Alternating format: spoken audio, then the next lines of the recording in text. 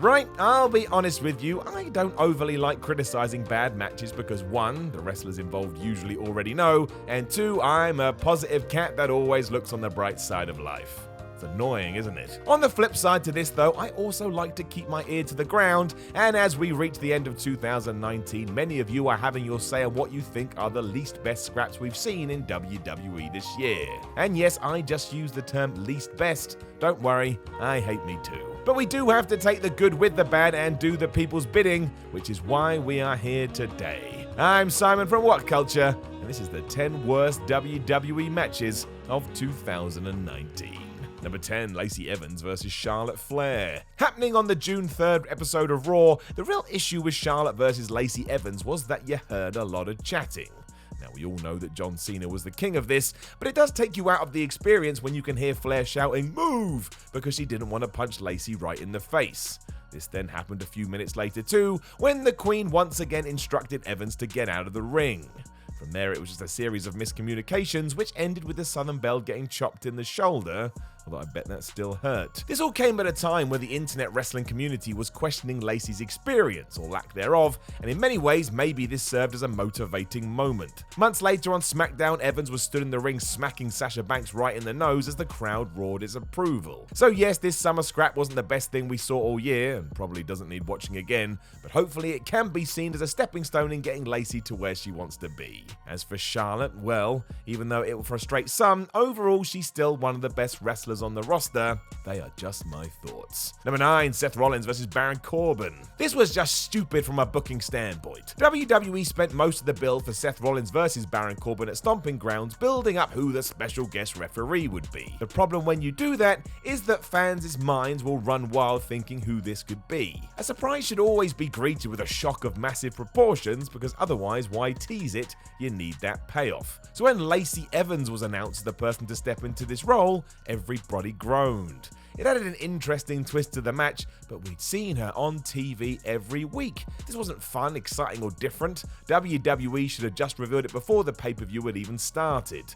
Wouldn't have changed anything and would have negated the disappointment. For some reason, Evans then refused to count Seth's shoulders to the match, and seeing Corbin and her become some kind of team was what zero people wanted. Also, that bad guy ref gimmick is too played out, even more so when Rollins kept celebrating doing his big moves, even though by that point he should have worked out that he wasn't in the best position. Becky Lynch ran out to get rid of her before long, which allowed a normal official to get in there, instead allowing Rollins to get the victory, meaning that all of this was absolutely pointless. Number 8, Tyson Fury vs Braun Strowman. Now, I don't 100% agree with this. I think it's a little overly harsh on Tyson Fury, but again, if I'm going to be the 2019 voice of the voiceless, sorry Punk, I shall go with the majority, and I do understand the take. Although I was genuinely impressed at Crown Jewel with the former boxing champion, given he'd only been training for about 3 seconds, the dissatisfaction came from how much WWE has shifted gears when it comes to celebrity crossover matches. Whereas in the past, the focus was always on coming up with some weird and wonderful way to make them work, see Floyd Mayweather vs The Big Show at WrestleMania 24, this was a straight up wrestling match that just so happened to feature a famous face. Most people thought we were going to see Fury coming out swinging bombs at Strowman given his profession, but instead we focused on slams and even a collar and elbow tie-up. Again, I can see the idea because we wanted to make it seem like Tyson had come a long way, but when you can see countless other wrestlers doing it better, it does ask the question what this added to the show. The finish was also a bit limp, given it jobbed Braun out once again, which seemed to be as common as breathing these days, but let's face it, an undefeated boxer was never going to lose in a wrestling ring. They're just the facts. Number 7, Becky Lynch vs Alicia Fox. This one can likely be excused a little bit for what we learned about Alicia Fox's personal issues in 2019, and obviously let's send nothing but good wishes to her as she continues on the road to recovery. We all struggle, and more power to Fox for being able to come out and admit them and hopefully move on. But on the April 22nd Raw, it was Alicia versus Becky Lynch, and it wasn't a highlight. Fox had only wrestled on TV 5 times at this point in the year, so why she was allowed to go 50-50 50 with the hottest thing in the company was baffling. Coming off a career high at WrestleMania 36, Lynch should have wiped the floor with the hat-wearing Screamer to underline how dominant she was. There were also some mistakes throughout, which does happen to us all, but it doesn't add to the magic of what wrestling can be. And by the time this was done, I think we were all just glad to move on and pretend it didn't exist. Number 6, The Bar versus Kofi Kingston. This all comes down to how WWE booked Kofi Kingston during his unexpected push at the start of the year, and the real roadblock popped up here at FASTLANE. Clearly not being 100% sure about the direction they wanted to go in, we were treated to a bait-and-switch storyline by Vince McMahon, who pretended that Kingston was going to have a world title match against Daniel Bryan on this very pay-per-view. Kofi ran to the ring with a giant smile on his face. What he was actually getting was a 2-on-1 handicap match between The Bar and Kofi. From here, Kingston got absolutely mauled by Sheamus and Cesaro, which is even more ridiculous because throughout the year we saw other handicap matches where the singular wrestler was allowed to have a fighting chance. Not Kofi, he got eaten alive. The crowd wasn't into it either as boring chants ran out before the end, and I suppose the saving grace is by the time we got to Mania, all was well. We got that amazing moment with the New Day man, and it was likely the best WWE offered us from January to December. It was hard to see that in February though. There was a horrible feeling that he was never going to get his due. Thank goodness he did. Number 5, Naomi versus Billie Kay. Another Raw match, this one occurring on April 22nd. We are being harsh here, you could say, because 1, you don't remember this, and 2, it went approximately 1 minute and 12 seconds. However, some things just crawl into your brain and make you want to cry, and that's what happened when Billie Kay grabbed an armbar on Naomi and proceeded to scream and shout for about 26 seconds as she had it locked in.